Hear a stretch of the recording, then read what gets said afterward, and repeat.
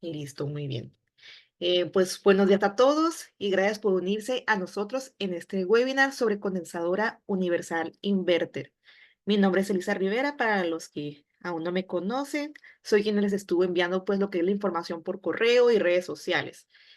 Para mí es aquí, pues es un placer estar aquí hoy con ustedes. Les comparto que este evento es posible gracias al patrocinio de la empresa Meconsa. Es una empresa que por más de 35 años se ha dedicado a llevar precisamente bienestar y confort a la sociedad mexicana y pues a través de soluciones innovadoras en el sector del aire acondicionado. Y pues que les comparto que en Meconsa creemos en el poder de la capacitación y el conocimiento compartido. Es por esto que organizamos esta serie de cursos. Muchos me preguntan, ¿pero qué gana Meconsa? O sea, Meconsa, pues le interesa mucho lo que son ustedes. La visión de Meconsa es empoderar a nuestros valiosos aliados, que son precisamente, como dije ustedes, que son los profesionales del aire acondicionado, que son quienes están allá afuera.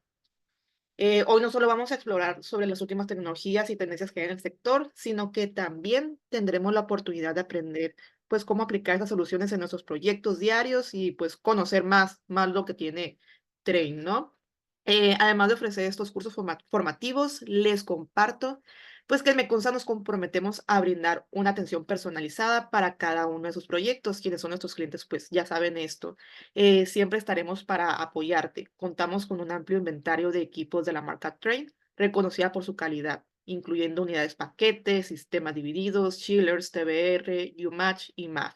Y pues todo disponible para entrega inmediata a toda la República. Entonces ya saben, cualquier proyecto que tengan, pues aquí estamos para servirles. Entonces, como mencioné, nuestro objetivo en esta plática es no solo brindarles una actualización, sino también asegurarnos pues que tengan todas las herramientas y el conocimiento necesario para su adversaria allá afuera, que sabemos que es un campo pues competitivo. Pues nada, gracias nuevamente por estar aquí. Estoy segura pues que será un tiempo bien invertido para todos y espero que pues encuentren esta plática pues informativa, de provecho. Y pues antes de empezar pues les comparto lo siguiente para organizarnos mejor en la plática. La sesión de preguntas y respuestas será hasta el final. Por favor, en cuanto les salga alguna duda, escríbanla en el chat y yo la iré apuntando para leerla al final. En cuanto les salga, pónganla para que luego no se nos olvide. Sé que unos somos un poco, pues, más penosos que otros, entonces les recuerdo que no hay dudas más, dudas menos. Siempre también está la opción de enviarme mensaje privado. Les digo, Elisa Rivera, aquí me lo pueden enviar privado y pues yo voy a apuntar su pregunta para decírsela al final aquí al ingeniero. Sobre la constancia de asistencia que me andaban preguntando ahorita, pues se entrega al final, les doy un formulario para que registren su asistencia y se les envía, pues, como agradecimiento por parte de Meconsa, se les envía un documento. Lo que es la repetición que comenté ahorita, eso se va a publicar en nuestra página de LinkedIn. Al final le paso la liga de LinkedIn para que nos sigan y pues estén pendiente y les llegue notificación cuando ya esté disponible. Bueno, sin más preámbulos, pues comencemos con nuestra plática. Doy la palabra y bienvenida al ingeniero sí, Enrique Saldívar de Tren. Adelante, ingeniero. Gracias por acompañarnos. Buenos días. Buenos días a todos. Gracias por tomar tiempo para esta plática. La plática de hoy vamos a hablar de la condensadora universal inverter. Es un producto que se ve que es muy factible y que se puede utilizar para varias combinaciones de los equipos. ¿Qué quiere decir? Vamos a hablar con características del equipo, compatibilidad de equipos de unidades interiores, control de 24 volts. Este equipo funciona con un control de 24 volts. ¿Qué quiere decir? Que no necesita controles especiales como las otras unidades inverter, porque esta máquina se controla y se maneja de diferente forma a los otros equipos inverter.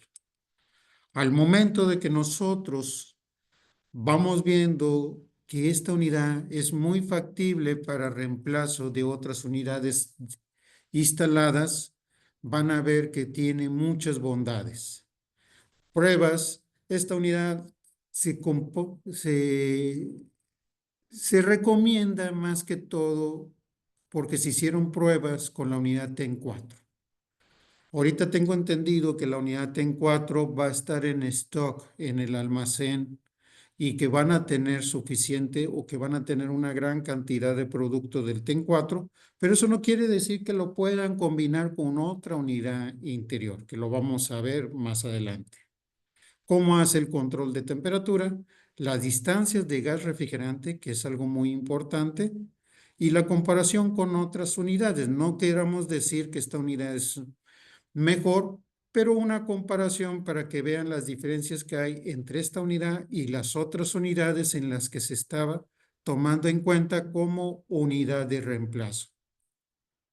¿Ok? Y los termostatos de control residencial.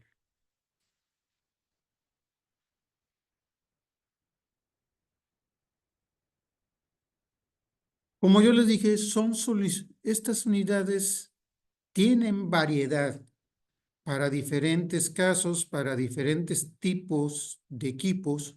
Solo recuerden que esta unidad funciona para el sistema de control de 24 volts residencial, que muchas veces ustedes han tenido problemas de que quieren sistemas inverter, pero quieren usar termostatos convencionales en sus instalaciones, y cada vez que los equipos inverters suben y les están pidiendo más nivel de eficiencia, pues ya no lo puede hacer con un termostato convencional. ¿Qué es lo que quiero decir? No quiero decir que estas unidades son de una capacidad más baja, pero lo que yo les quiero decir es que esta unidad entra en un rango de eficiencia que tarde o temprano les van a decir estándar. ¿Qué quiere decir? Que ya tal vez después del 2025 o 2027 o 2030 ya no va a existir sistemas de velocidad continua en el compresor. Todos van a ser con velocidad variable de refrigerante en el compresor, y que los sistemas se van a tener que adaptar a funcionar con controles de zona, con sensores y con otras acciones, porque solo de esa manera podría funcionar el equipo, dando las eficiencias que están pidiendo. Sin más preámbulo, básicamente esta máquina nació para proyectos en donde no necesitan unidades de descarga vertical y que les están pidiendo mucho unidades de descarga horizontal, y que también, como yo les digo, en algunos casos que ya las nuevas máquinas de diseño americano, pues ya van a venir con refrigerante A2L, en el cual el refrigerante, pues no, esas unidades no se van a poder compartir o no se van a poder combinar con equipos existentes en unidades interiores, porque esas unidades interiores no están certificadas para refrigerantes con un nivel de explosividad. Estas unidades son de refrigerante 410, que todavía se van a vender aquí en el mercado por un tiempo, hasta que en realidad ya se vete la venta del equipo en 410 en lo que es en el país de México. Básicamente, para el 2025,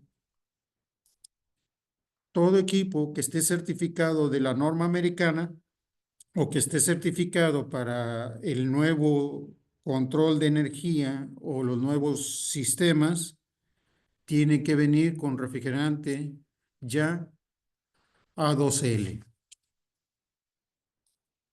Eso Eso no es algo que vamos a poder evitar. Ya se tiene que meter esos tipos de refrigerante por las normas de aire ecología y por las normas de medio ambiente y todo lo que se ha hablado causante o que le atribuyen mucho a los refrigerantes.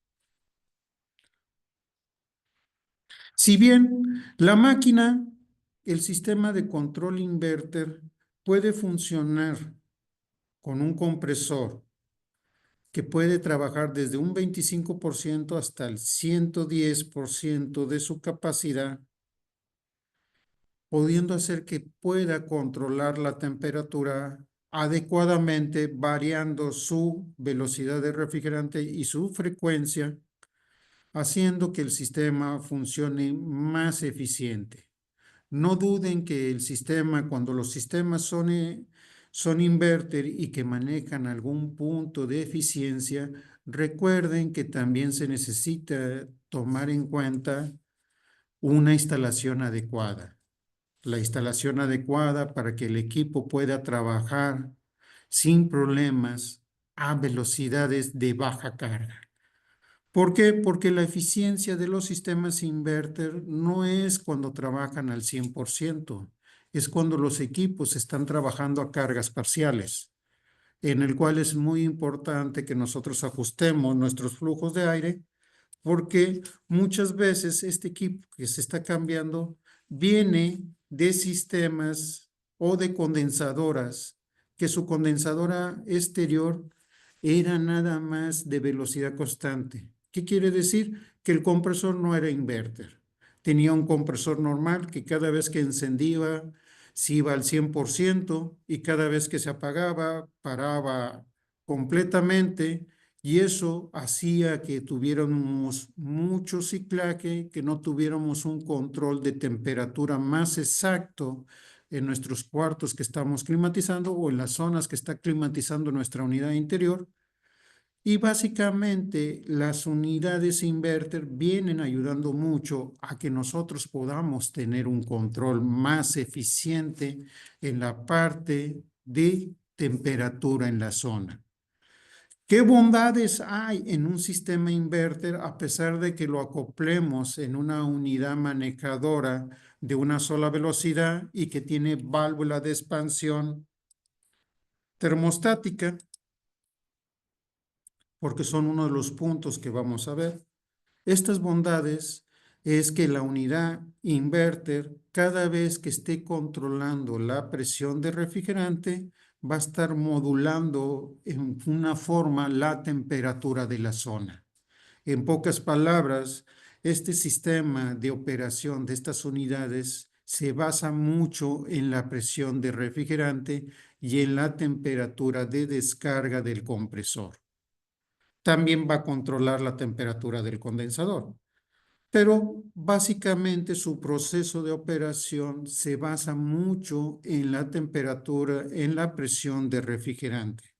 Los sistemas inverter que vienen funcionando no con termostatos convencionales de 24 volts, sino con sus propios sensores y su propio control de zona, esos equipos se controlan con temperaturas de refrigerante, y al detectar esas temperaturas de refrigerante, tanto la evaporadora como la condensadora empiezan a modular su velocidad de aire en la evaporadora y la velocidad de refrigerante en el condensador, haciendo que la unidad se vaya haciendo más estable en su control de temperatura. Por eso es muy importante que en los sistemas antiguos arreglemos algunos puntos que a veces pasamos por alto. El tipo de diseño de tubería. El tipo de diseño de tubería debe de tener una facilidad para que esa tubería, cuando el equipo esté funcionando a velocidades del refrigerante o que el compresor esté reduciendo su velocidad en Hertz, se pueda mantener la presión del refrigerante lo más estable posible. ¿Por qué? Porque el problema más inicial que nosotros tenemos, y por eso lo estoy diciendo ahorita, es que de nada sirve que promocionamos un equipo y que puede ser factible de renovación para sistemas antiguos si no tomamos en cuenta la tubería de refrigerante. Es un punto muy importante que deben de tomar porque muchas veces la tubería de refrigerante hace que los sistemas no den las eficiencias que necesitamos.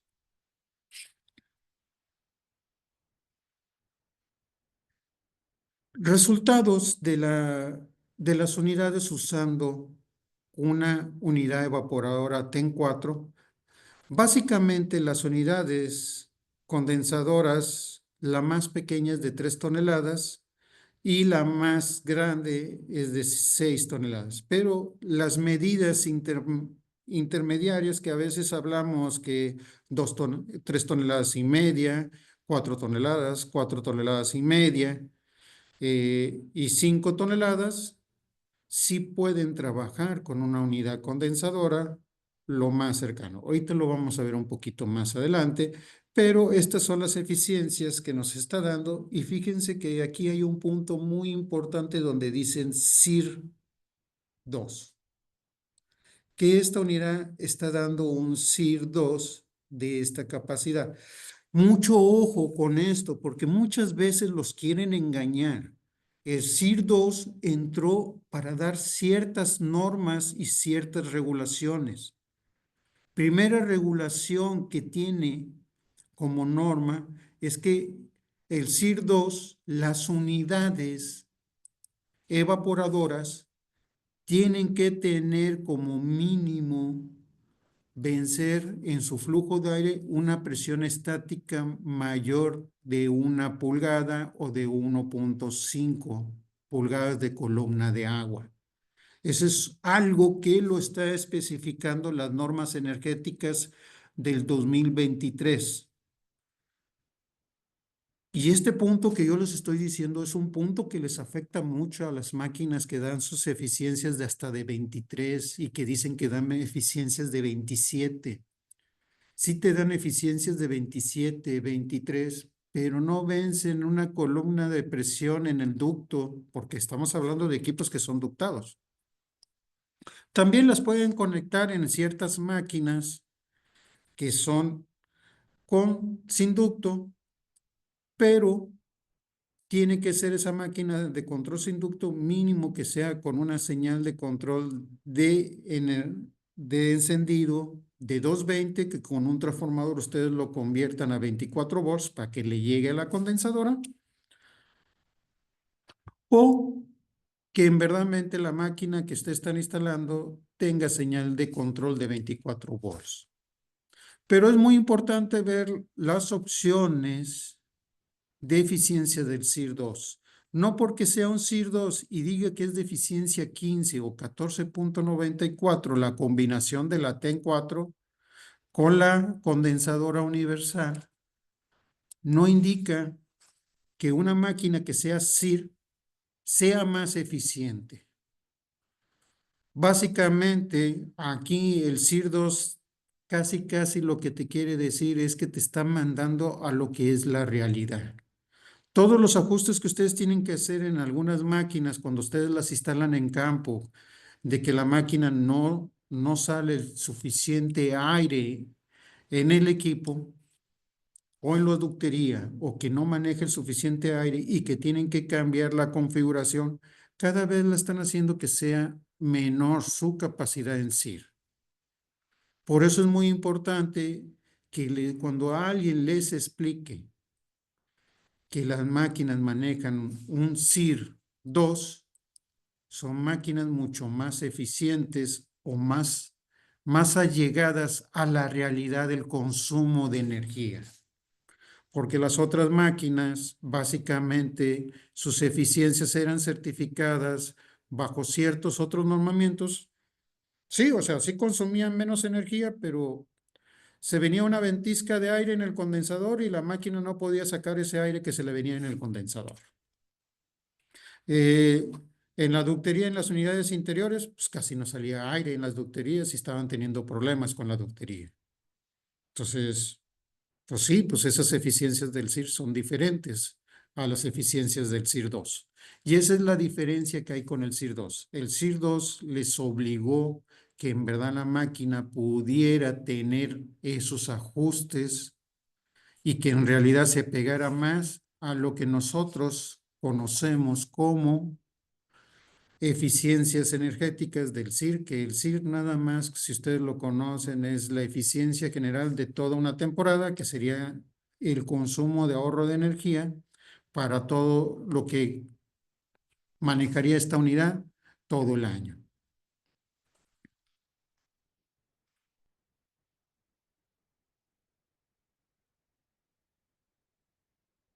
¿Por qué tenemos que tener una válvula de expansión? Cuando nosotros usamos válvulas termostáticas, también tenemos que tener el cuidado de que las válvulas termostáticas tengan todos los procedimientos de la antigua escuela que nosotros conocíamos. Primer procedimiento, la posición del bulbo dependiendo la instalación y dependiendo el diámetro. Cuando son máquinas que ya vienen con su bulbo instalado de fábrica, pues no hay problema. Ya estos puntos que uno estaba mencionando ya se tomaron en cuenta en la instalación. Otro punto muy importante, como va a variar la velocidad del refrigerante, va a variar mucho la temperatura del tubo, por el cual es muy importante que si no está aislado este bulbo, cuando nosotros instalemos nuestras condensadoras universales, el bulbo de la válvula termostática esté bien aislado. ¿Por qué? Para evitar problemas que el equipo al estar funcionando empiece a tomar lecturas no adecuadas. Necesitamos la válvula termostática porque la válvula termostática, dependiendo la temperatura y la presión, porque recuerden que aquí checa temperatura y aquí checa presión, si nosotros lo viéramos, trata de mantener un sobrecalentamiento. Ese sobrecalentamiento, la válvula normalmente cuando están bien calibradas, va a tratar de manejar un sobrecalentamiento entre 16 grados Fahrenheit hasta 8 grados Fahrenheit. ¿Qué quiere decir? Que no la tenemos que ajustar a 16 o 8 grados Fahrenheit. Básicamente, por la presión y la temperatura, la válvula va a tratar de dejar pasar un flujo de refrigerante para mantener un sobrecalentamiento entre máximo de 16 y mínimo de 8 grados. La válvula de expansión no va a manejar un sobrecalentamiento fijo, va a estar modulando ese sobrecalentamiento y nosotros lo necesitamos que verdaderamente haga esa módula, que module. ¿Por qué? Porque como la máquina va a detectar esas presiones, las va a tratar de ajustar. Y la máquina va a tratar de trabajar con una cierta presión de succión. Por eso es muy importante tomar en cuenta que las presiones en la tubería de refrigerante esté lo más posible bien instalada, aislada, para evitar que cualquier cosa de diferencia nos genere un problema en el control de la condensadora. Recuerden que la condensadora va a trabajar como autónoma y la evaporadora nada más va a funcionar. O sea, en casi la mayoría de sus combinaciones, su evaporadora nomás va a prender, o sea, va a manejar el flujo de aire y va a tener un termostato que va a mandar a apagar nuestra condensadora. Lo que necesitamos nosotros es que la condensadora controle también el flujo de refrigerante, que no haya necesidad que el termostato se apague.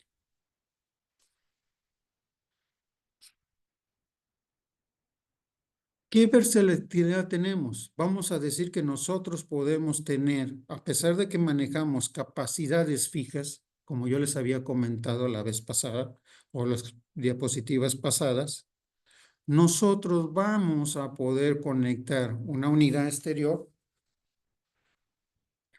de 36K, o sea, o de 36 miles de BTUs. Lo vamos a poder conectar desde una unidad interior que pueda manejar desde 30,000 BTUs hasta 36,000 BTUs. ¿Qué quiere decir? Puede estar un poco más pequeña la evaporadora y nosotros podemos meter una condensadora poco más grande. Pero no se confundan, no pueden poner una de 32,000 BTUs y poner otra de 48,000 BTUs. Ahí es bastante la diferencia. Pueden correr riesgo de que el refrigerante de la evaporadora se salga y se vaya hacia el condensador. Tal vez no haga problemas, pero sí en el funcionamiento. Por eso es muy importante que si se fijan en las unidades de 36,000 BTUs, puede tener una capacidad de tolerancia de unos 6,000 BTUs menos de carga térmica. Las unidades exteriores pueden de 48K, pueden trabajar con unidades de 42,000 BTUs hasta 48,000 BTUs. Solamente si ustedes se fijan, las unidades de 5 toneladas sí pueden ser compatibles con unidades interiores de 48,000 BTUs hasta 60,000 BTUs. Es muy importante que tomen en cuenta estos parámetros porque recuerden que aquí lo que tratamos de hacer es ofrecerle a nuestros clientes al momento de que cambien un equipo o que en verdadmente reemplacen una unidad condensadora, la unidad condensadora sí muestre diferencia a la unidad condensadora anterior que tenían antes, que era de una sola velocidad y que nosotros conocemos como estándar. Recuerden que estas unidades, como la TAN 9, si ustedes la combinan, la TAN 9 no requiere como control fijo el TESON 1050, que algunos lo conocemos como Nesia o Pivot. Puede funcionar la TAN 9 si ustedes la van a combinar con una unidad de estas, la van a poder combinar con un termostato convencional, ya sea NEX, ya sea de otras marcas. Y recuerden que la TAN 9 funciona para sistemas también estándar. Aquí sería una forma en donde ponen ustedes un equipo como la TAN 9 y reemplazan la condensadora. Sinceramente ya no necesitan el control TESON 1050.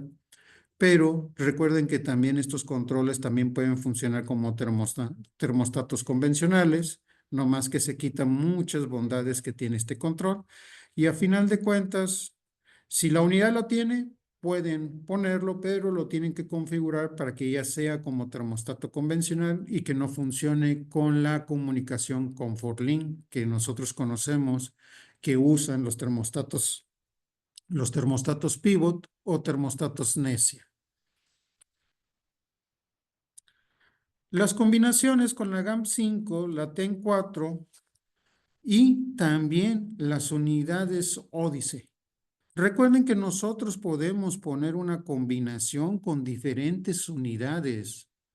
En estas partes, lo único que necesitamos es que las manejadoras incluyan su válvula termostática, ya sea de expansión o sea electrónica como la TAN 9.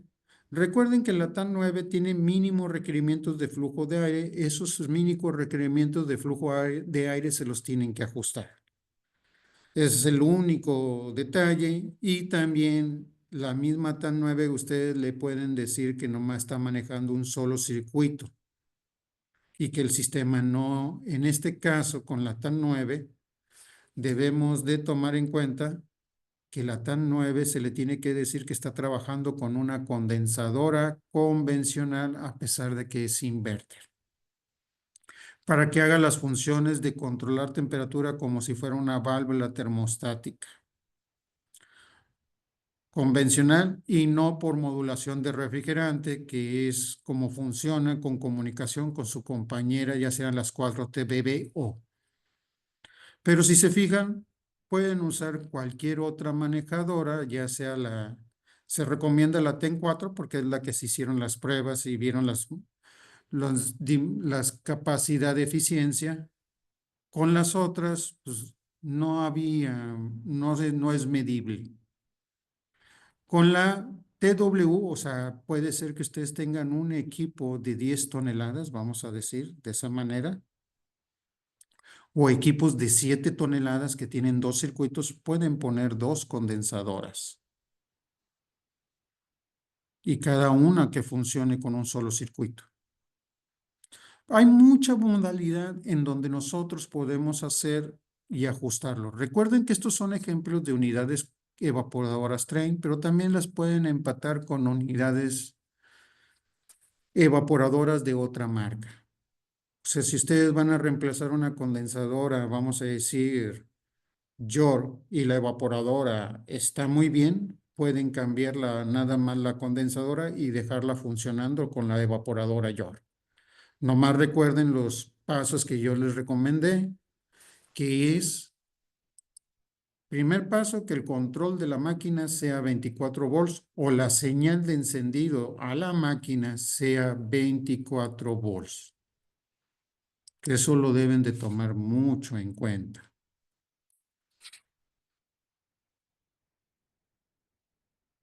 Básicamente, nosotros tenemos otra unidad que yo creo que ya no se ha manejado en el mercado, que era esta, que era de descarga vertical, que esta máquina era muy parecida a esta. Funcionaba igual, necesitaba una válvula de expansión, pero esta máquina ya te demandaba en su kit la válvula de expansión ya configurada para este tipo de máquina. También viene el caso de las 4TTR y en el caso de las condensadoras, porque si se fijan en estas que son las 4TBB, 80 es un inverter y se fijan en la capacidad que tiene en tonelaje de operación del equipo. Lo que ocupa de espacio en los lugares, vamos a decir, la que son muy parecidas estas dos, esta ocupa casi medio metro cuadrado de espacio y esta ocupa 30.30 metros cuadrados de espacio. La 4TTR ocupa 0.62, igual que la 4TTB. Estas unidades, cuando ustedes les piden que en verdadmente requieren una unidad de descarga horizontal, la pueden reemplazar con esta máquina. Y básicamente es un espacio que a veces ahorita lo vemos como que no es muy importante, pero créanme que sí. En algunas veces el espacio que les dejan para instalar el equipo no es adecuado para la unidad que nosotros queremos instalar.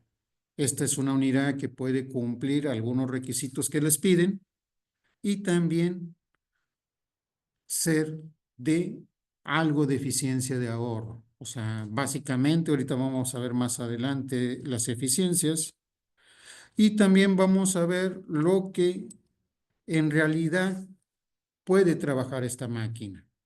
Primeros casos que maneja esta máquina, puede manejar un desbalance de 3 volts, de 3%, disculpen, en el voltaje. Este voltaje, normalmente en algunos equipos, la regla es 2.1. Si el desbalance es mayor de 2.1 entre fases, el equipo se recomienda que no entre en operación.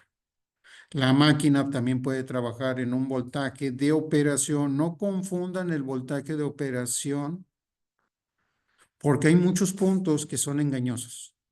Una cosa es el voltaje que estamos suministrando y otra cosa es el voltaje que filtra la máquina, porque si nosotros hablamos tantito del sistema inverter, al momento que nosotros ponemos un suministro de energía a la unidad de sistema inverter, ese voltaje de suministro entra por unos filtros, en el cual esos filtros quita mucho el voltaje parásito que a veces se conoce como electromagnetismo o voltaje ficticio, que ese voltaje lo único que hace es sobrecalentar las tarjetas electrónicas, no le dan ayuda. Después de ese voltaje filtrado y todo lo demás entra entre unos rectificadores y después de esos rectificadores entra en lo que nosotros llamamos la tarjeta correctora, en la cual ahí es donde convierte el voltaje normalmente monofásico que viene, lo convierte a directa y después lo vuelve a convertir, pero un voltaje trifásico con un voltaje más bajo. Entonces, a veces estos puntos son engañosos porque estos puntos se puede decir que la máquina trabajando con un voltaje de suministro, la tarjeta ya después de haber pasado todos esos pasos que yo les digo, este voltaje de 176 se hace más real. Porque va a haber casos que nos digan, oye, es que nomás tiene 210 y no funciona la máquina. Sí, pero es que ese 210 cuando ya pasó por los filtros, los rectificadores y todo lo demás, ya no son 210, ya no son 215, ya se hizo 160, 165. Y es ahí porque les manda fallas de voltaje, porque la máquina en realidad, estas máquinas y todos los sistemas inverter funcionan con el voltaje que puedan generar de corriente directa. Operación del equipo. El equipo está acostumbrado a trabajar en ciertas condiciones, no de exposición de rayos directos al sol. Es una cosa que medio se engaña en esta parte. Puede estar trabajando en sistemas operativos de 52 grados centígrados y menos 15 grados centígrados, dependiendo la ubicación, dependiendo cómo hayan instalado el equipo, porque se confunde mucho con estos temas. Se confunden mucho con estos temas porque 52 es temperatura que está entrando de aire o llegando a la máquina y menos 15 también, pero el punto aquí muy importante es que en estos casos no debe estar dando los rayos del sol directamente a la unidad, porque recuerden que este ya no es de descarga vertical. Tiene un serpentín que en verdad la exposición de los rayos del sol directo le afecta. Y los menos 15 grados también. Tomen en cuenta que cuando ustedes van a instalar equipos que son bomba de calor, y en verdad están en lugares que son fríos, que la temperatura a veces llega a menos 10, ese equipo lo tienen que instalar de manera indirecta. O sea, no le pueden estar dando el aire directo. O sea, si ustedes lo instalan en la azotea y en la azotea le llega el aire por todos lados, esta temperatura de menos 15 se hace más rápido a pesar que nosotros, por eso aunque nosotros nos diga en el tiempo que la temperatura está a menos 10 o menos 8, recuerden que ustedes pueden estar en un lugar que les digan que están a menos 8, pero la sensación térmica se siente 8 grados o 9 grados más. Eso es lo mismo que le pasa al equipo. Por eso, para ciertos procedimientos es muy importante eso. Otro punto muy importante que podemos ver es las distancias y los alcances de tubería que pueden tener. Recuerden que los diseños de tubería afectan mucho la instalación. Por eso existen manuales para buenas prácticas de instalación de tubería. Aquí en este punto que vamos a hablar, tiene un alcance de diferencial de altura en unidades de 3 toneladas hasta 20 metros. Y en unidades de 4 y 5 toneladas hasta 30 metros. Muy buena distancia. Lógico que tienen que tomar en cuenta el diseño de tubería, y el diseño de tubería son los diámetros. Los diámetros, desgraciadamente, tienen que ser los que indica el manual. Y una longitud diferencial o altura, que es cuánta diferencia hay entre la unidad interior y la unidad exterior.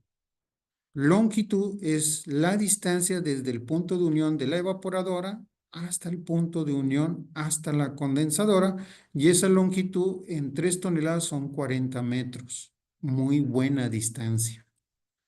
Y 50 metros en unidades de 4 y 5 toneladas.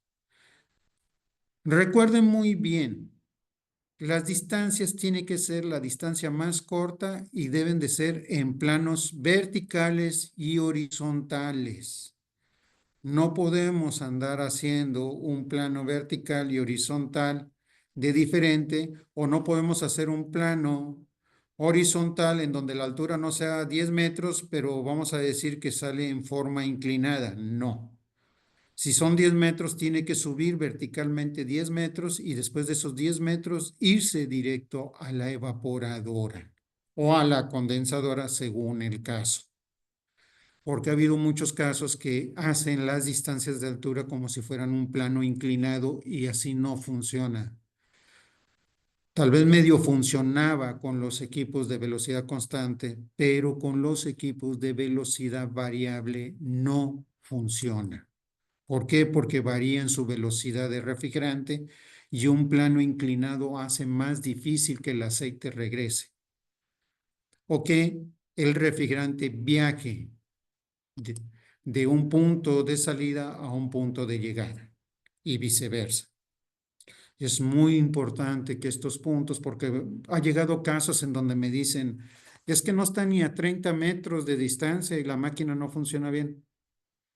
Pues es que está a 30 metros, pero lo subiste en un plano inclinado, o vamos a decir, te fuiste en forma inclinada 1 metro de inclinación y luego después de ahí subiste otros 3 metros y luego bajaste 5 metros y luego volviste a subir otros 3 metros y me dicen, oye, no funcionó. Pues lógico que no va a funcionar. ¿En qué parte de instalaciones de tubería, de refrigeración implica que podemos hacer eso? No, no podemos hacer eso. Eso es una recomendación. Yo sé que ustedes hacen sus instalaciones muy bien. Estos son puntos para que cuando ustedes vayan a hacer una instalación y vean, le digan, mira, pues te falló por esto. Más que todo, yo sé que todos los que entran a los cursos de Meconsa, pues, básicamente sabemos cómo deben de hacerse las cosas. Y aquí nada más es un recordatorio que ustedes ya saben. Pero aquí en esta parte, yo sí les recomiendo que tomen en cuenta todos estos puntos para que cuando sus instalaciones las hagan, sean lo mayor posible, le saquen provecho a la capacidad que tiene el equipo.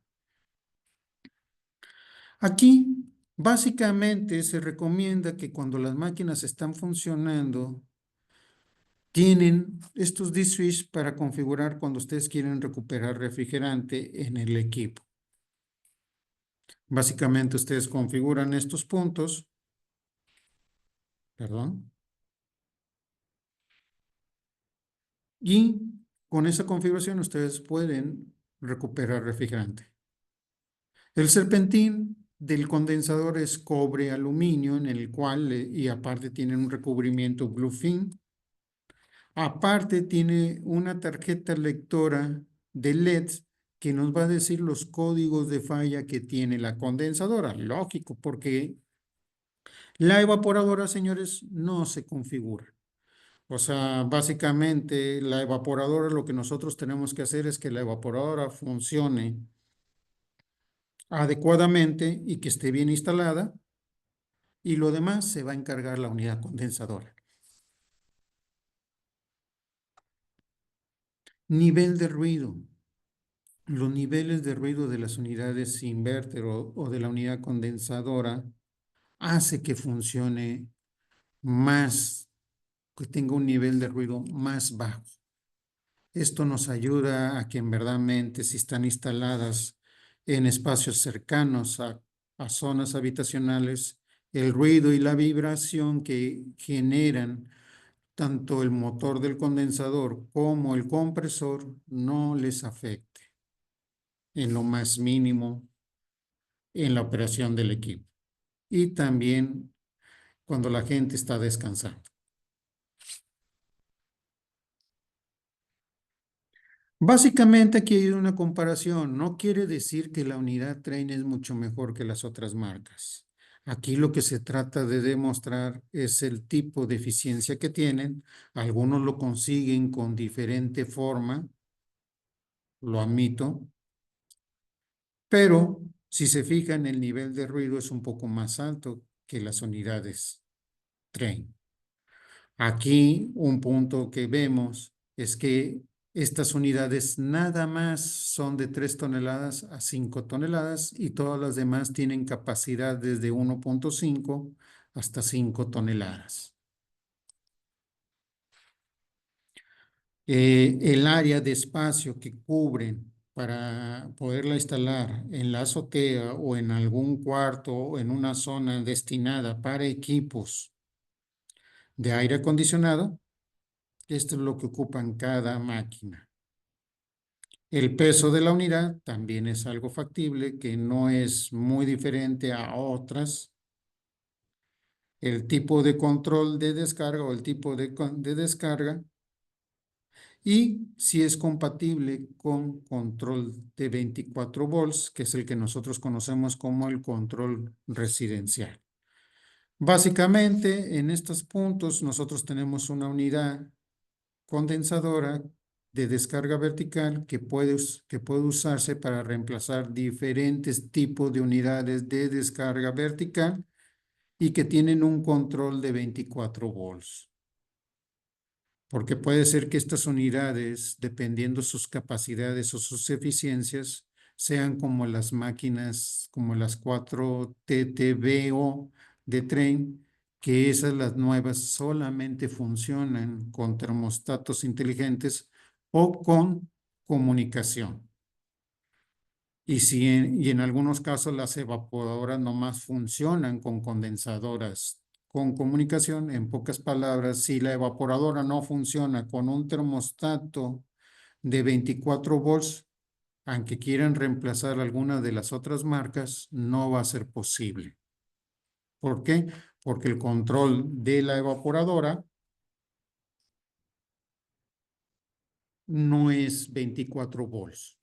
Por eso es muy importante que tomen en cuenta esa parte.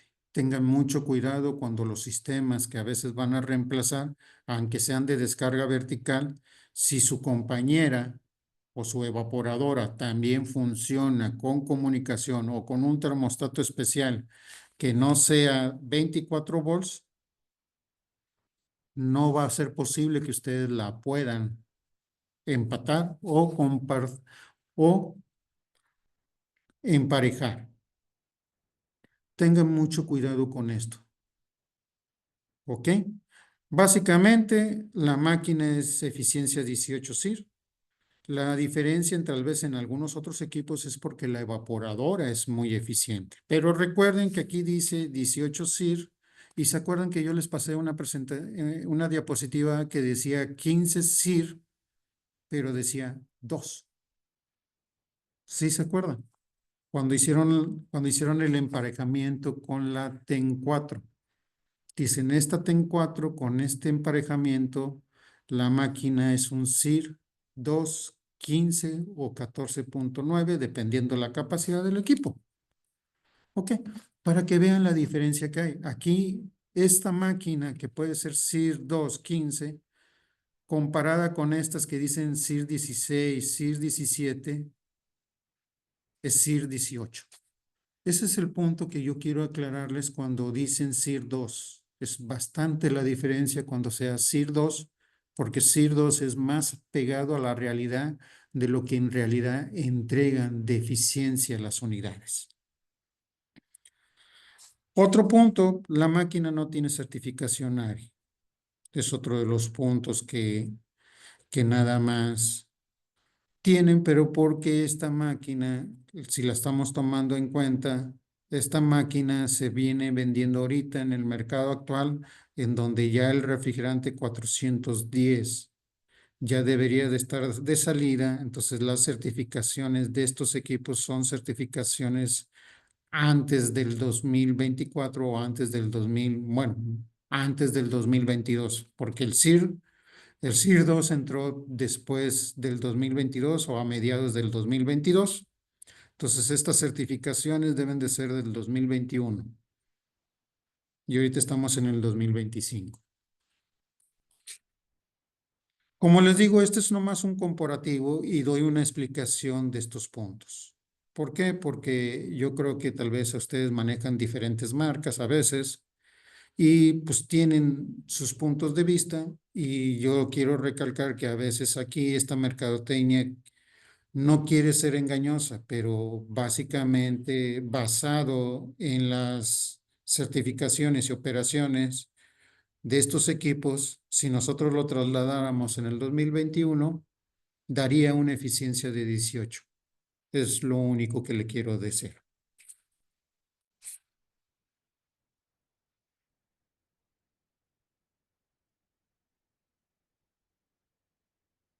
Básicamente el peso, como yo les había comentado, y la elevación.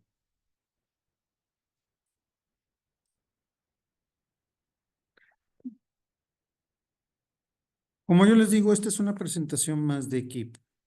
Aquí, en este punto, es ver las bondades. Cualquier duda o pregunta que deseen la pueden decirme ahorita. Trataré de explicar todo lo que se pueda a nivel de producto y lo que es, ¿cómo se llama? Cualquier duda técnica, con mucho gusto se las puedo explicar.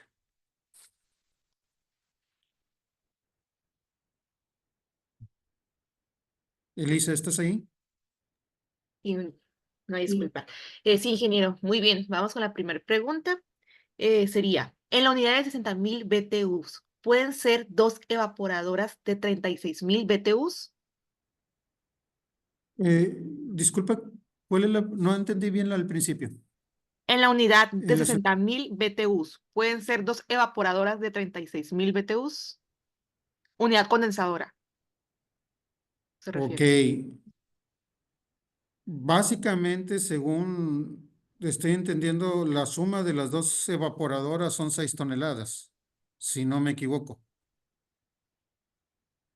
Sí, correcto. No es recomendable mm, poner un equipo de mayor capacidad. Si ven la presentación anteriormente, dejen ver si encuentro la diapositiva. Eh, en la diapositiva nos explica que la combinación es para capacidades menores, no para capacidades, no para capacidades mayores. Si aquí en este caso, si se fijan, podemos combinar desde 4 toneladas a 5 toneladas. Si la suma de los dos equipos son 4 toneladas o 5 toneladas, sí puede ser, pero entiendan que las evaporadoras deben de funcionar como si fuera un solo equipo. Porque ¿qué pasaría si ustedes apagaran la máquina? Pues tendría que apagarse el evaporador, o sea, la unidad evaporadora, y como quiera seguiría pasando refrigerante. Esto haría que el equipo detectara una baja presión y se autocorrigiera, y llegado el caso de que se pudiera corregir. Si van a empatar dos evaporadoras, deben de tomar en cuenta que deben de funcionar como si fuera un solo equipo. ¿Ok? No es un sistema multi-split, no es un TBR o un mini TBR que sí pueden apagar diferentes evaporadoras y que el equipo se autocorrige al momento de que se apagan. Aquí no, aquí deben de ver que esta unidad es un solo circuito. Básicamente, si van a empatarla con dos evaporadoras, esas dos evaporadoras tienen que funcionar como si fueran una sola. ¿Ok? Porque recuerden que si esa evaporadora van a prenderla y apagarla, sería apagando el motor del evaporador para controlar la temperatura de zona. Y al apagar el motor del evaporador, pues el refrigerante va a seguir circulando por el serpentín, provocando una mala detección de temperatura y la unidad condensadora va a tomar acciones diferentes para controlar. Y recuerden muy bien que cuando un serpentín se congela o que un serpentín baja su presión o su temperatura, también empieza a tener acumulación de refrigerante y, perdón, acumulación de aceite, provocando que en verdad no funcione bien por buena transferencia de calor el serpentín. Recuerden muy bien, pensemos cómo funciona la máquina y que están hechas para trabajar con un solo circuito. Aquí les dije una máquina más grande, pero del condensador, el evaporador tiene que tener dos circuitos. Vamos a decir, si ustedes aquí tienen una de 7 toneladas y media y no está dividida en dos circuitos, no la van a poder empatar con dos condensadoras, porque cada condensadora puede trabajar con su circuito. Aquí sería muy diferente porque aquí apagaría la condensadora y seguiría trabajando la evaporadora con el otro circuito. ¿Ok? ¿Alguna otra duda o pregunta? Sí, siguiente pregunta, aquí va. ¿Cuál sería el sobrecalentamiento en el equipo inverter, ya sea válvula de expansión BEE o BET? Ok. Las válvulas electrónicas funcionan algo muy parecido. La única diferencia entre la válvula electrónica y la termostática es que las termostáticas se, se seleccionan por capacidad y por flujo de refrigerante o por tipo de refrigerante. Estas válvulas termostáticas están diseñadas para controlar un sobrecalentamiento desde 16 hasta 8. Es el estándar. Yo sé que tal vez ustedes me digan, no, es que yo he visto unas Sportland, unas Emerson que me dicen que el sobrecalentamiento lo controlan entre 10 a 14. Ok, pero aquí vamos a entender, vamos a decir, ustedes arrancan el equipo y su zona que están climatizando está a 30 grados centígrados. Esta válvula electrónica va a tratar de controlar el sobrecalentamiento en 16. ¿Por qué? Porque aunque lo quiera bajar más, no va a poder. ¿Por qué? Porque nomás tienen un límite de abertura que dejan pasar cierta cantidad de refrigerante. Y cuando dejan pasar esa cantidad de refrigerante, el adecuado debe de ser, vamos a decir, 16. Pero ¿qué pasa cuando el equipo ya va enfriando y va bajando la temperatura de la zona? Pues ya no va a tener tanta necesidad de pasar tanto refrigerante, porque aquí, al momento de detectar el sobrecalentamiento, estos dos, la presión y el bulbo, están detectando el sobrecalentamiento, empieza a decir, oye, ya está bajando de 16, ok, empieza a modular. Y la válvula deja pasar poco refrigerante hasta que después lo mínimo que ella va a tratar de dejar pasar es 8. Su meta es tratar de controlar 8 o 10. No sé si me explico. A baja carga va a tratar de controlar 8. Por eso es muy importante también la capacidad de evaporadoras que estuvimos hablando anteriormente. La electrónica, la electrónica tiene dos bases. De hecho, algunas electrónicas, válvulas electrónicas, en algunas máquinas como la TAN 9, tienen un sensor de temperatura intermedia del serpentín y tienen un sensor a la salida del tubo de succión en el cual están midiendo la temperatura promedio del serpentín y están midiendo la temperatura en la que está saliendo el refrigerante.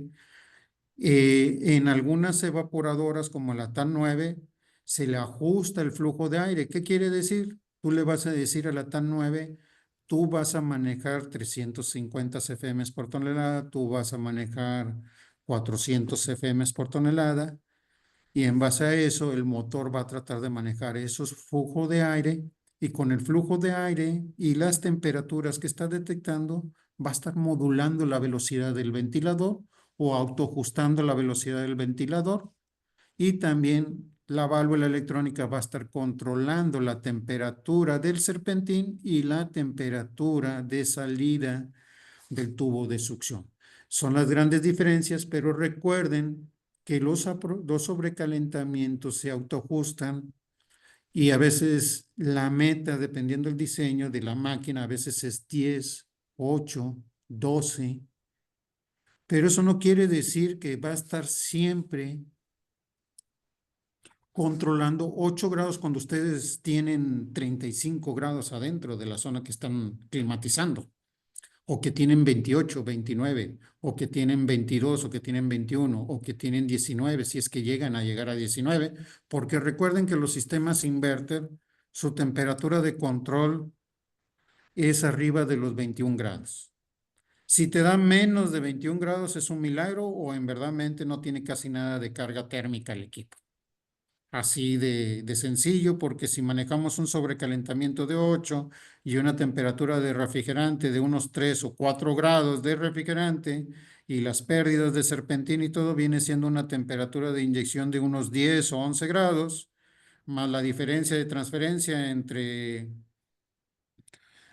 entrada y salida, pues, viene dándote como unos 20 grados mínimo, 21 como mínimo. Entonces, si quieres bajar a 19, 18, va a ser muy difícil en sistemas inverter.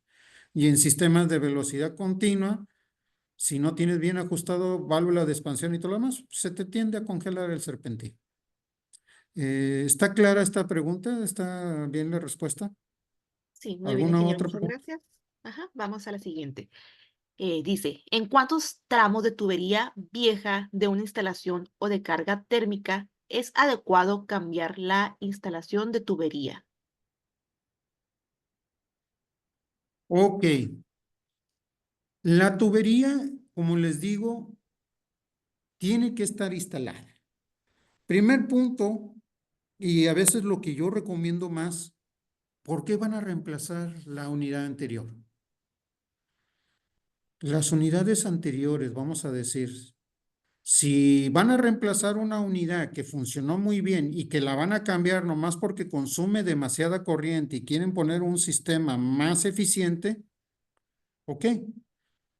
Los procesos de tubería y dice, el proceso de la tubería es limpiar la tubería porque recuerden que la tubería tiene otro tipo de aceite, entonces hay que limpiar bien la tubería.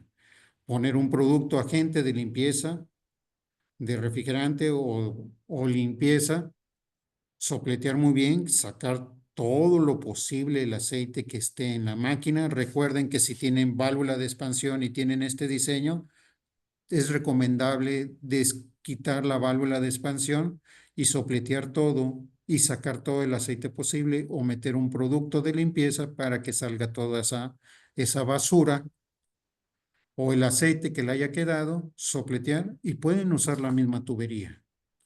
Pero si reemplazaron la condensadora porque la condensadora no puede durar ni 2 años o 3 años y se le daña el compresor o se le daña algo o que el sistema genera fugas cada rato, son síntomas de acidez en el sistema. Recuerden que hay que analizar el problema y no ver tanto algunos otros puntos. Entonces, hay que ver por qué se dañó el otro equipo. Los equipos, vamos a decir, en la versión que estamos diciendo y que se están reemplazando, son unidades que deben de durar mínimo 10 o 15 años sin dar problema. ¿Por qué esa unidad nomás duró 3 años? ¿O por qué nomás duró 4 años? ¿Por qué tuvo fugas? En esa parte vamos a pensar si es necesario seguir utilizando la tubería existente, porque tal vez la tubería existente tiene problemas que hace que el refrigerante y el aceite no regresen a la condensadora adecuadamente.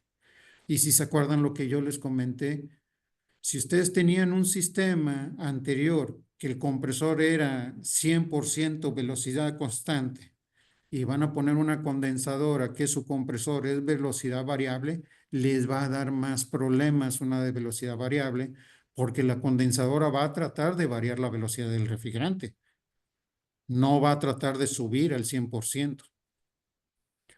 Básicamente tomen en cuenta este punto y sí, las distancias es como lo había comentado anteriormente, son aceptables, entre más cortas mucho mejor.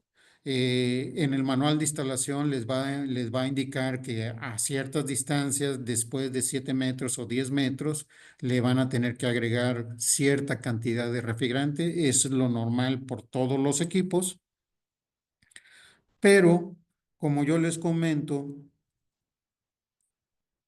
estas distancias son muy aceptables, pero recuerden que si la tubería está mal diseñada, mal puesta, otro punto muy importante que se me había pasado es que los diámetros de tubería son los que indica el manual de la condensadora.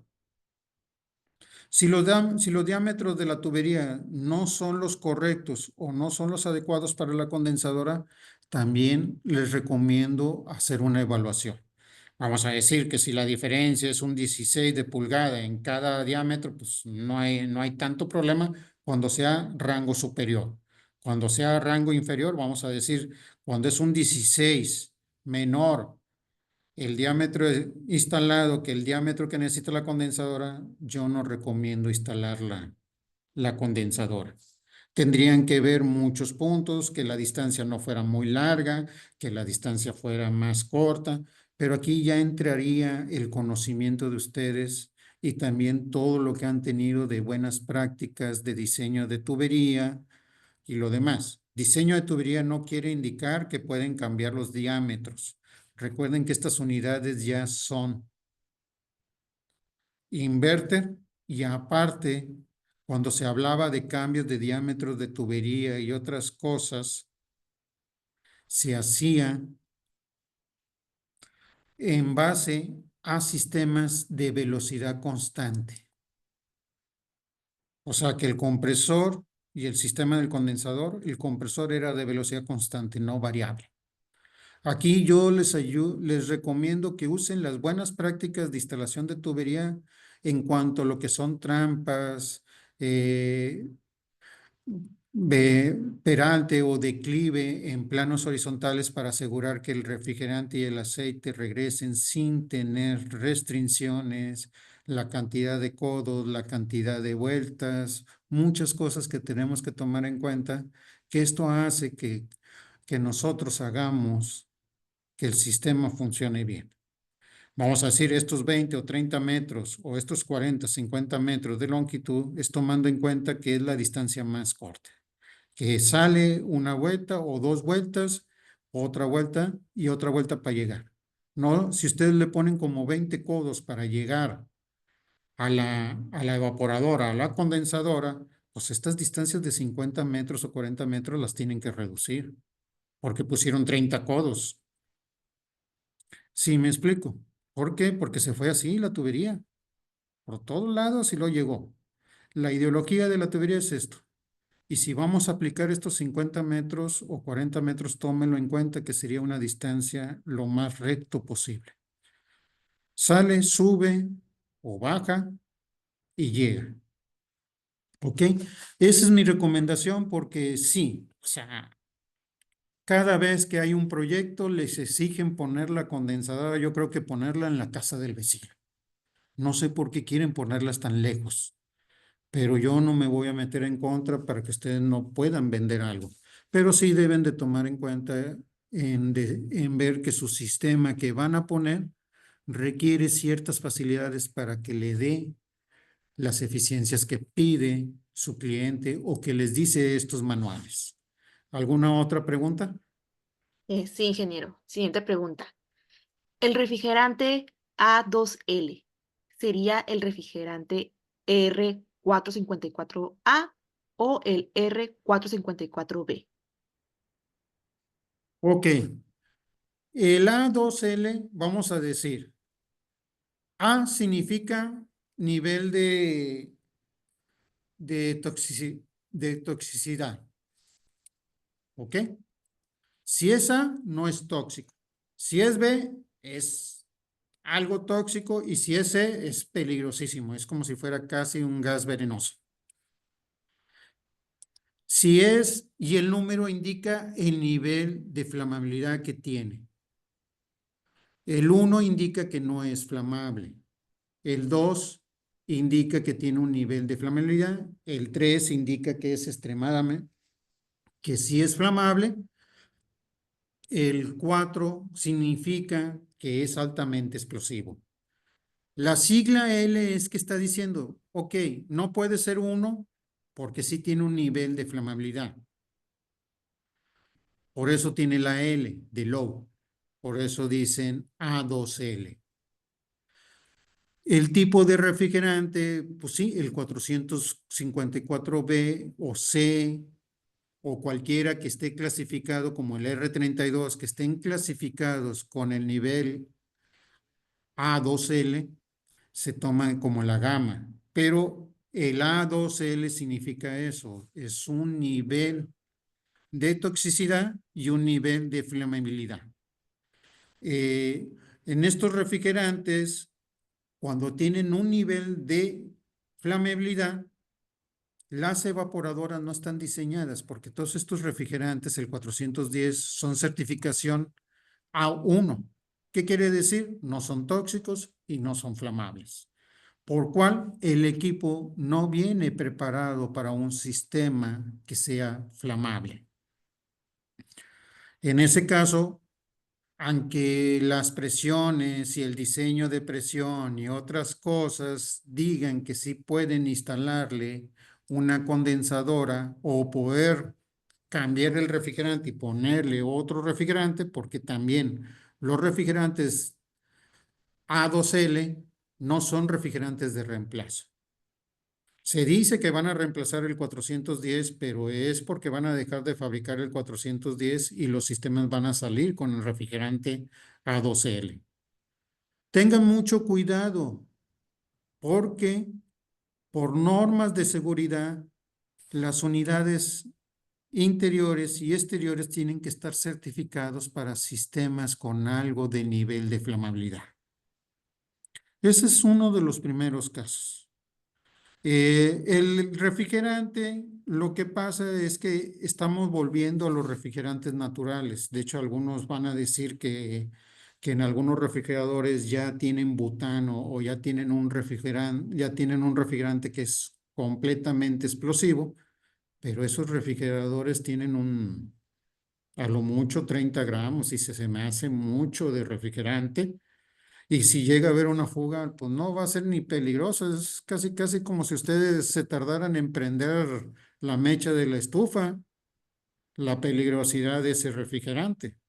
Pero recuerden que estos están trabajando y que tienen una cantidad más grande de refrigerante y es muy importante que la unidad evaporadora tenga detectores y procedimientos de apagado o de advertencia de que tienen una fuga de refrigerante. En estos casos me extendí un poquito porque muchas veces ven las características del refrigerante, pero no entendemos las normas de certificación para que ese equipo pueda ser vendido para refrigerante A2L. ¿Ok? Y sí, o sea, todo refrigerante que esté certificado, porque recuerden que hay muchos refrigerantes que tienen como, vamos a decir, el 410A y el 454B o C, que la B, la C y la A es la secuencia de diseño en donde tal vez cambiaron algo de la fórmula, pero sigue siendo la misma estructura molecular, pero la fórmula está algo cambiada en proporciones y por eso el último dígito que es una A, una B, una C, indica que hubo un cambio de molécula. Entonces es muy difícil si el refrigerante no lo vemos en especificaciones que tiene nivel de flamabilidad, es muy difícil decir por número y letra qué refrigerante es explosivo y qué refrigerante no es explosivo. No sé si quedó clara la respuesta. Sí, muy claro, ingeniero. Muchas gracias. Seguimos Sí. con la pregunta. La tubería de refrigerante se debería de cambiar. Ejemplo, una unidad de 5 toneladas a 25 metros de una unidad convencional de media y 1,1 de pulgadas. Y deseo instalar a esa distancia un equipo de 5 toneladas inverter. Pregunta, ¿puedo usar esa misma tubería? Ok. Recuerden que la tubería que pide el fabricante es para asegurar la velocidad de regreso del refrigerante.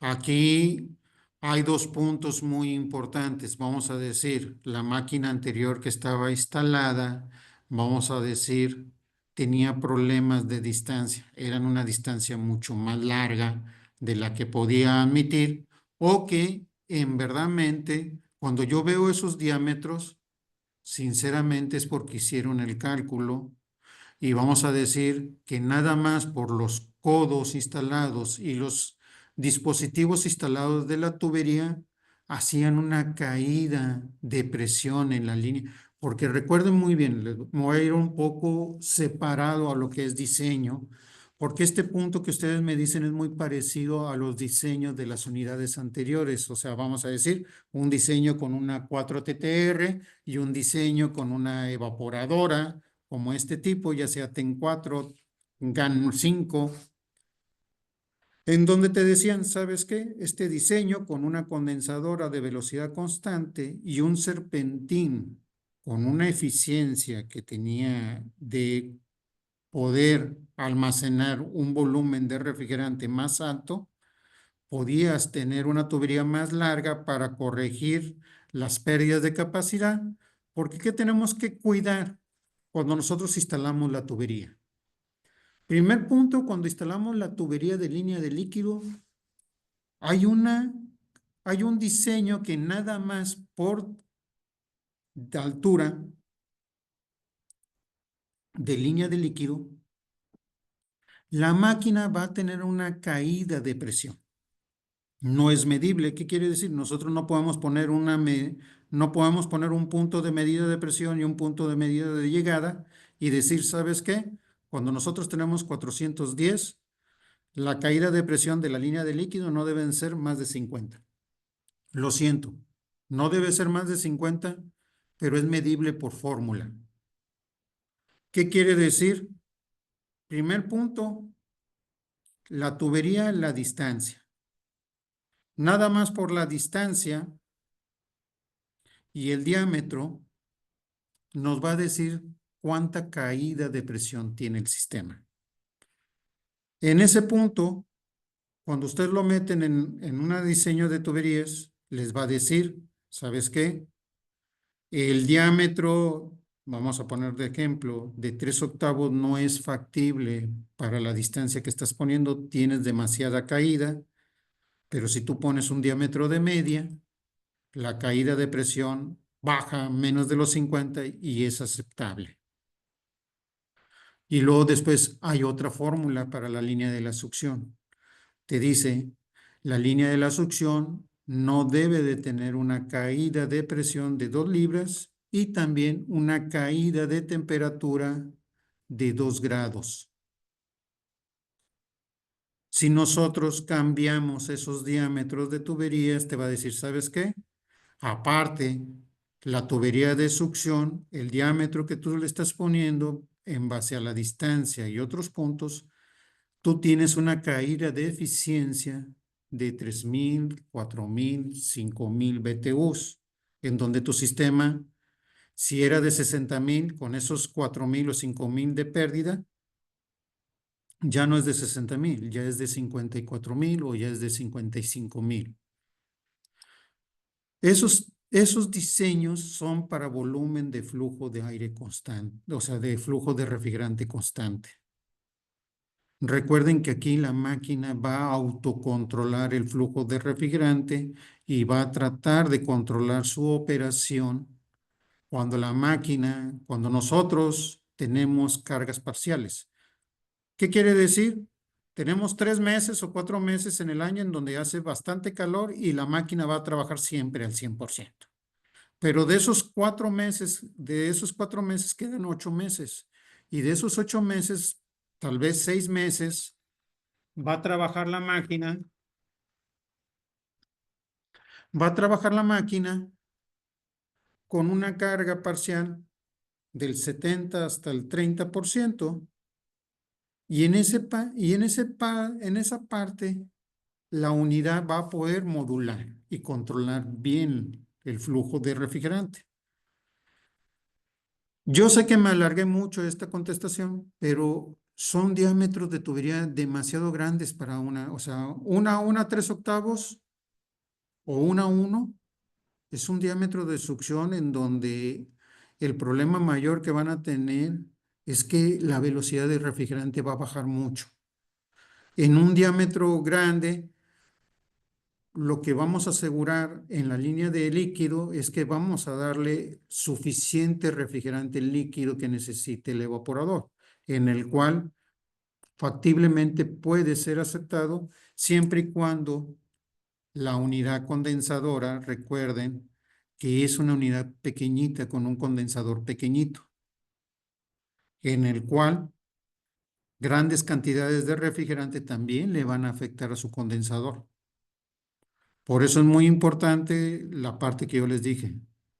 Un 16, un octavo como máximo de diferencia de tuberías es aceptable, pero ya casi 3/4 de tubería es mucho. Es mucho y les va a afectar en una operación en un sistema que es de flujo de refrigerante variable. ¿Alguna otra pregunta? Sí, ingeniero. Muy bien. Siguiente pregunta. Es un poquito larga. Dice, yo he visto instalaciones en donde la tubería que se instala el excedente lo enrollan hacia la condensadora. Normalmente con los kits de instalación que ya viene el equipo, esa regla de tirado de tubería horizontal y vertical sin indicaciones de 30 o 45 grados. Pregunta, ¿ese enrollamiento final con el excedente de tubería que sobra afecta a los equipos? Eso lo he visto en equipos de 1 tonelada hasta 3 toneladas, tipo Highwall. Ok, aquí hay un punto en donde todos debemos de tomar en cuenta. Las unidades inverter, las que son high wall o que vienen con su control de zona y que trabajan con temperatura de refrigerante, el enrollamiento, el proceso de no instalarlas a una distancia mínima, porque también tienen una distancia mínima de instalación. O sea, no quiere decir que nosotros podemos, estas máquinas que vamos a decir, trabajan a 20, a 30 metros, 40, 50, las vamos a poner a 3 metros. No, mínimo tienen que tener 10 metros de separación entre una unidad y la otra. ¿Por qué? Porque no le vas a dar tiempo de que el refrigerante y las temperaturas que va a estar monitoreando la máquina las pueda restablecer. El enrollarlo no es recomendable en ninguna instalación.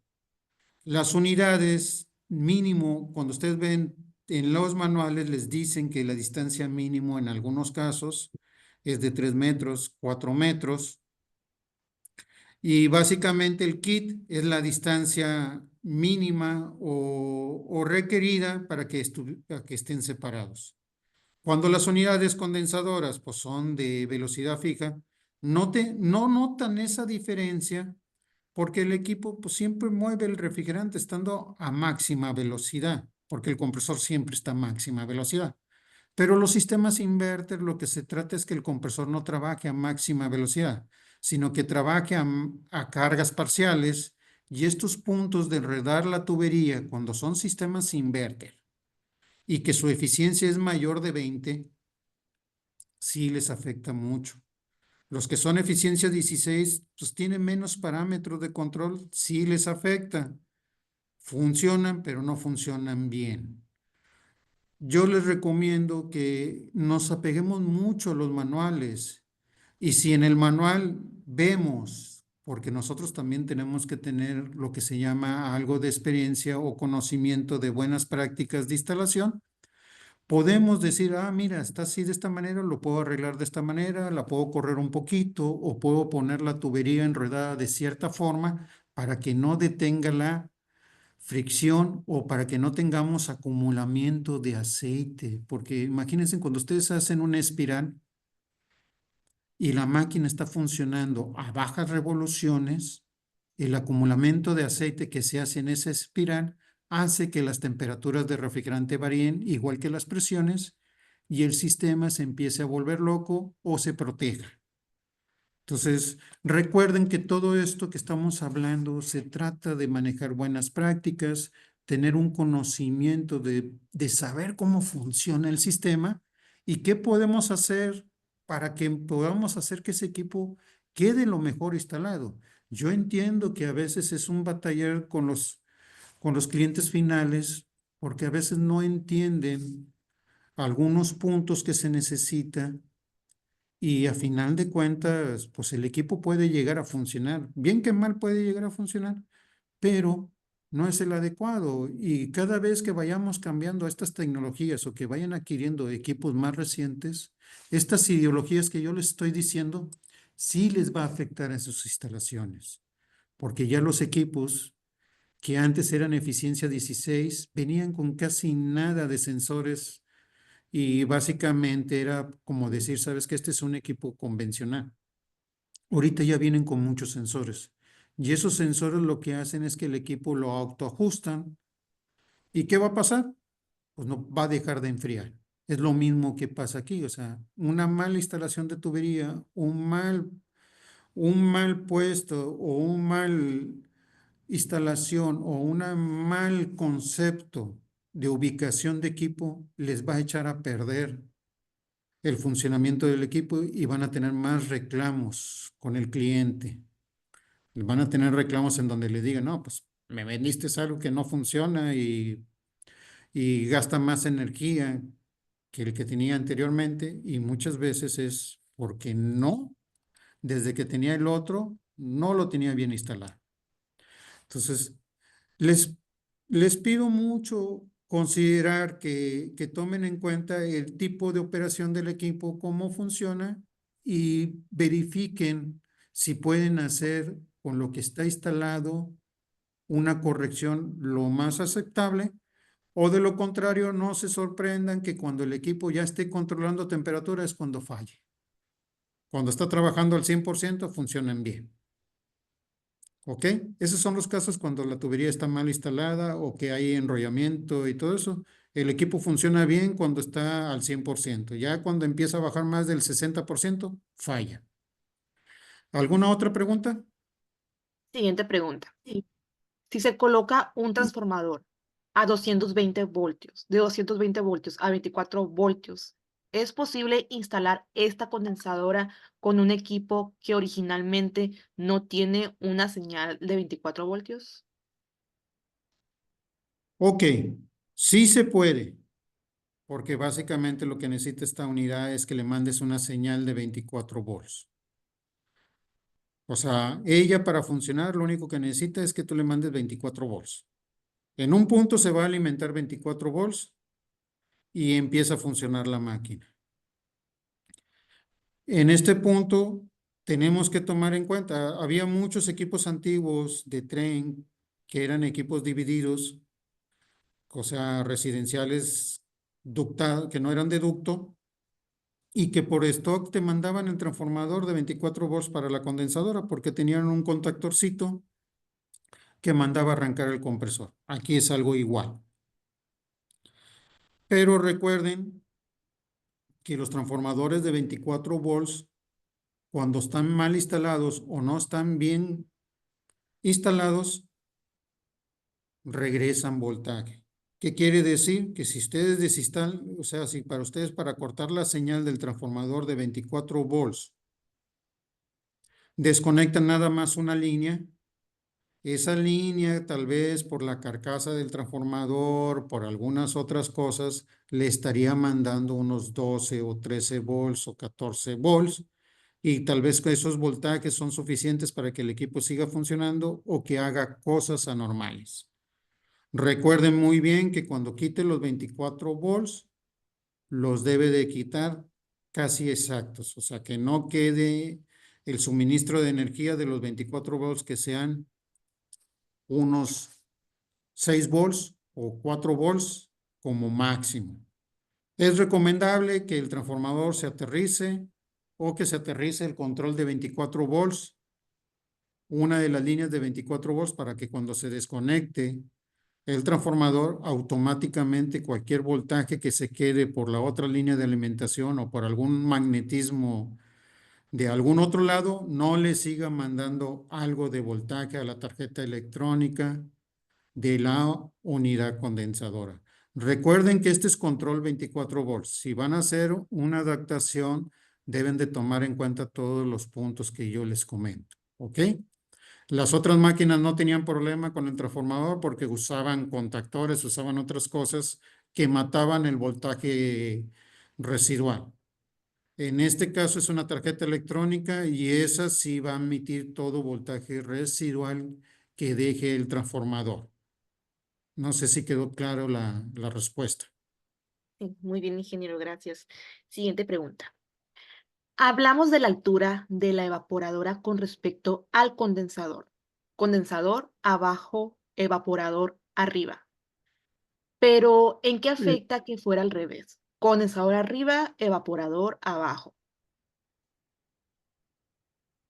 Mira, básicamente esta es vamos a decir que esta es una ilustración. Normalmente la preferencia y las distancias mayores, tanto en altura como en longitud, casi siempre son con el condensador arriba y con la evaporadora abajo.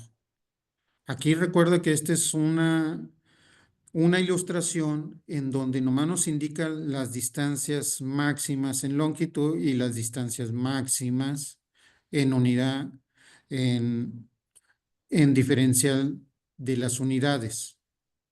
En el manual de instalación, recuerda que tenemos que seguir las normas del manual de instalación. En el manual de instalación, en la mayoría de los casos, te dice que no hay ningún detalle o que la diferencia es mínima, pero tenemos que tomar en cuenta el tipo de evaporadora que estamos instalando, señores. Cuando nosotros vamos a hacer una instalación de tubería, tenemos que ver los requerimientos de la evaporadora para la instalación de la tubería. Hay evaporadoras que están diseñadas para poder salir con la tubería en forma horizontal, ya sea si está en plano horizontal o en plano vertical. Hay otras unidades que están diseñadas nada más en un solo plano y en ese caso nosotros tenemos que tener cuidado.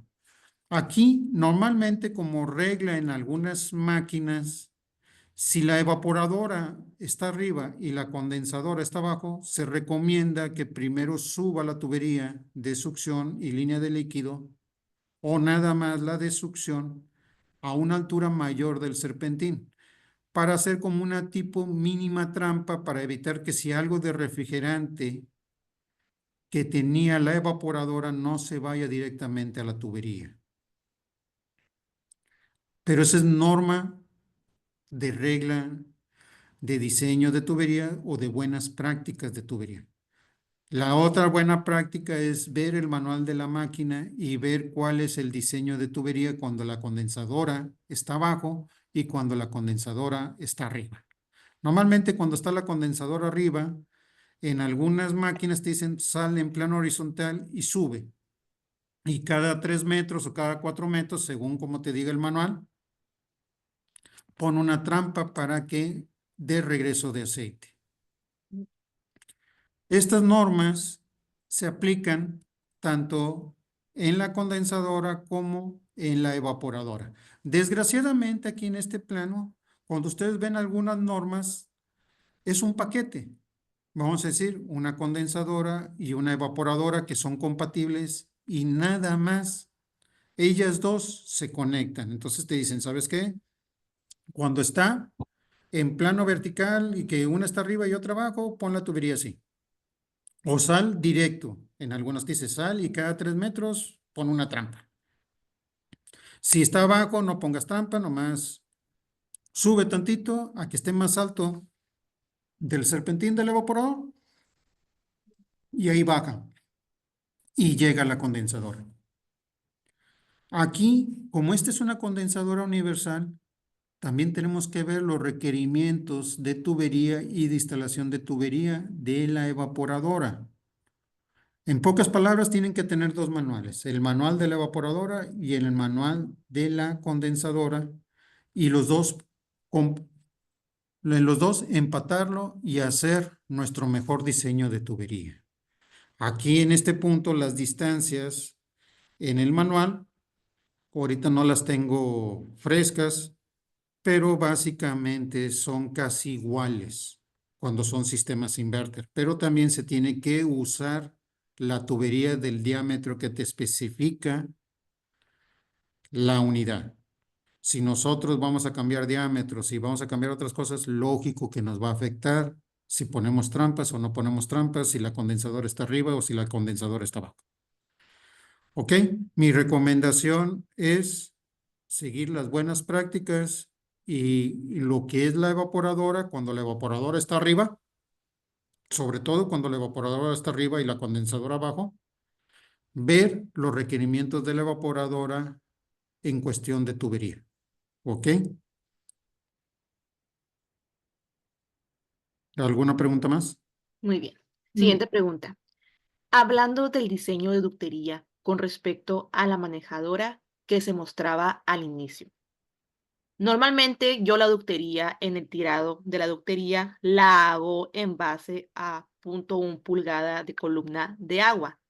Lo que comentaba sobre eso, que se tenía hasta 0.5 de pulgada de columna de agua. Pregunta, ¿ese ajuste de presión a la descarga de aire del equipo se hace automático? ¿Lo detecta automático la manejadora o se tiene que hacer un ajuste para manejar 0.1 pulgada de columna de agua? Ok. Aquí en este punto que nos preguntó el compañero, este punto 5 es la eficiencia, que es lo que yo les digo, cómo los engañan. La eficiencia en CIR2 con estos parámetros de operación, en donde dice, ¿sabes qué? Con punto 5 de columna de agua, yo te puedo dar una eficiencia de 15 de CIR2 y yo te puedo dar una eficiencia en BTUs de 9.95. Cuando nosotros tenemos problemas de presión estática, las máquinas estas vienen por diseño con 3 velocidades en algunos casos, o si tienen el motor llamado SM, que a mucha gente no le gusta ese tipo de motor, el motor SM autocorrige el torque. ¿Qué quiere decir? Que al momento de detectar que hay una posición de flujo de aire, el motor automáticamente se autocorrige. En otros motores que son nada más de velocidad continua, tienen 3 velocidades. Si se recuerdan, estas máquinas no son de velocidad variable, son de velocidad fija. Y como son de velocidad fija, o tienen el motor SM, que les comento que tal vez yo creo que ya ahorita es obligatorio para todas las unidades, o sea, para todas. Pero si se me llega a escapar una que en verdad la siguen surtiendo y que no viene con el motor SM, El, el autoajuste se hace cambiando las velocidades del motor, ajustándolo si ustedes quieren vencer la presión máxima, que es 1.5 o 1.2 en residencial, tendrían que ponerlo a la velocidad máxima. En la velocidad máxima debe de vencer. O sea, yo no tengo el diseño del ducto, pero básicamente estas máquinas están diseñadas para trabajar con una cierta cantidad de distancia, que no es muy cortita, y la velocidad máxima puede vencer esa distancia. Entonces, mi recomendación, como yo les digo, es ver qué tipo de evaporadora. Si la evaporadora tiene un motor llamado SM, el motor automáticamente autoajusta el torque, por eso ustedes nomás seleccionan una velocidad o 2 velocidades, que son los que tienen esos motores para trabajar en ciertas condiciones, pero una de las peculiaridades del motor ese que es conmutado y que tiene una tarjeta electrónica y que tiene lo demás, es que se autoajusta dependiendo la presión estática que tenga. Lógico que si el diseño de ductería es muy largo y se sale fuera de los estándares que estamos hablando normalmente, no va a salir el aire que necesita el compañero, pero esos motores se autoajustan. En el caso de que la máquina no tenga ese tipo de motor, tiene que ser un motor de 3 velocidades o de 4, dependiendo el caso. Y ahí cambiaríamos la velocidad del motor hasta que dé la presión que necesita el compañero para que venza la fricción o que venza posición del ducto para que salga el aire. Básicamente esas dos formas son, por eso en algunas máquinas no te dicen nada de ajuste de presión estática o te dicen que su presión estática y su flujo de aire, dependiendo de la presión estática, son los FMs que va a manejar. No sé si quedó clara la respuesta. Sí, muy bien, ingeniero. Aquí preguntan, ¿podemos adaptarlos a los evaporadores discontinuos UMatch? El modelo creo que es MZD.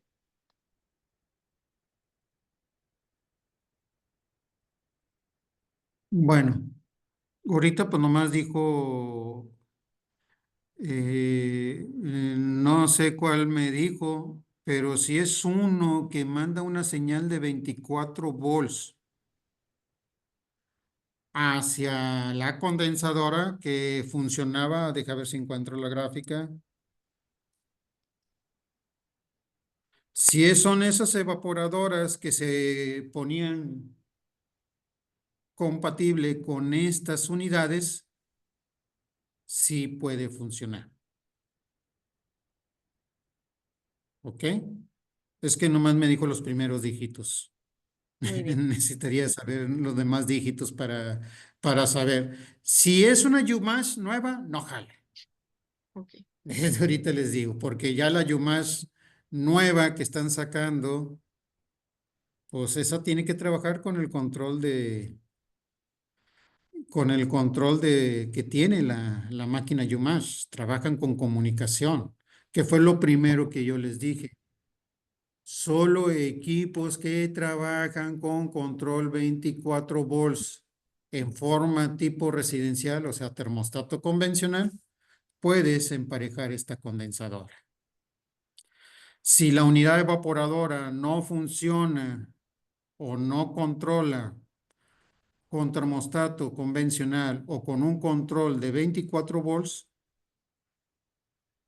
no es recomendable tratar de hacer ¿cómo se llama? Buscar una manera de cómo empatarla. No sé si quedó clara la respuesta. sí, muy bien, ingeniero. Y pues por cuestión de tiempo, aquí me están indicando que cierre lo que es la sesión de preguntas y respuestas con esta última pregunta. Y aquí va. ¿Ese sistema requiere la colocación de trampa de aceite a partir de 15 metros de altura? Recuerden que ahorita normalmente en algunas máquinas el estándar es de 4, 3, 5 y 6 o 15, como dijo el compañero. Aquí en esta parte no tengo refrescado lo que es el manual de la máquina, pero por el tipo de composición que tiene, no debe ser mayor de 6 metros la altura sin que se ponga una trampa. Muy bien. Normalmente es el estándar. En algunos les va a pedir 4 o 5 y es recomendable que se apeguen al manual. Es uno de los puntos que no dejemos estándar las cosas, o sea, vamos a pegarnos un poco a los requerimientos de las unidades para evitar algunos problemas de que no, lo puse a 15 metros y aquí te está diciendo cada 5 metros o cada 3 metros. Es mi recomendación, por favor, porque sí, o sea, cada rato cambian diseño de producto y todo lo demás y tenemos que apegarnos un poquito a lo que es el diseño, lo que pide el manual del fabricante. Y no nomás para Trend, sino para todas las marcas. ¿Alguna otra Ok, pregunta? Ya excelente. sería todo, ¿va? Muchas gracias. Misión, indicación en cuanto a tiempo. Si alguien más tiene alguna duda, al final les voy a pasar mi correo para poder dar seguimiento. Una disculpa, pero sí, ya nos pasamos un poquito de tiempo. Con esto, pues ya hemos llegado al final de nuestra plática de hoy. Ahora sí que en nombre de todo el equipo de Meconsa, quiero agradecerles profundamente por haberse unidos a nosotros en nuestro primer webinar del 2025. Un agradecimiento también, pues muy especial aquí al ingeniero Saldívar de Tren por su tiempo y por siempre compartir su conocimiento y también sus experiencias con nosotros. Y pues nuevamente extender mi gratitud a todos ustedes por siempre acompañarnos. En Meconsa, pues les recuerdo que estamos aquí pues para apoyarlos siempre. Recuerden que nuestro equipo está disponible para ayudarles en sus proyectos, proporcionándoles soluciones a la medida y acceso a nuestro amplio inventario. Esperemos que hayan encontrado este webinar valioso y que nos acompañen en nuestros siguientes webinars. Tenemos uno en febrero y otro en marzo. Ahorita les doy la información aquí en el chat. Y gracias nuevamente por acompañarnos y participar. Esperamos verlos y también aquí. Gracias, ingeniero. Aquí me quedo con los participantes, ingeniero, para ayudarlos con lo que sigue, con la inscripción del siguiente curso y también con la constancia. Muchas gracias. Muchas gracias a todos por haber tomado el tiempo en este curso. Los veo en la siguiente presentación. Hasta Hasta la, luego. hasta la próxima. Bye bye. Muy bien, compañeros. Aquí me Bye. andan preguntando si hay constancia. Sí, sí, ya sabemos que sí hay. Y denme un momento para pasarles.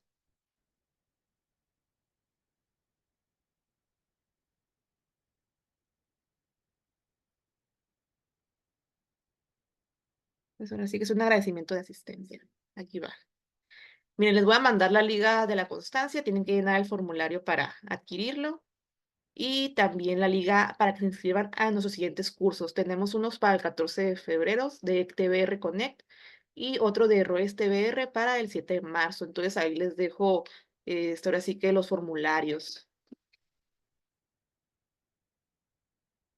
Aquí van. Muy bien, por favor, el primerito que llene el formulario de la constancia de asistencia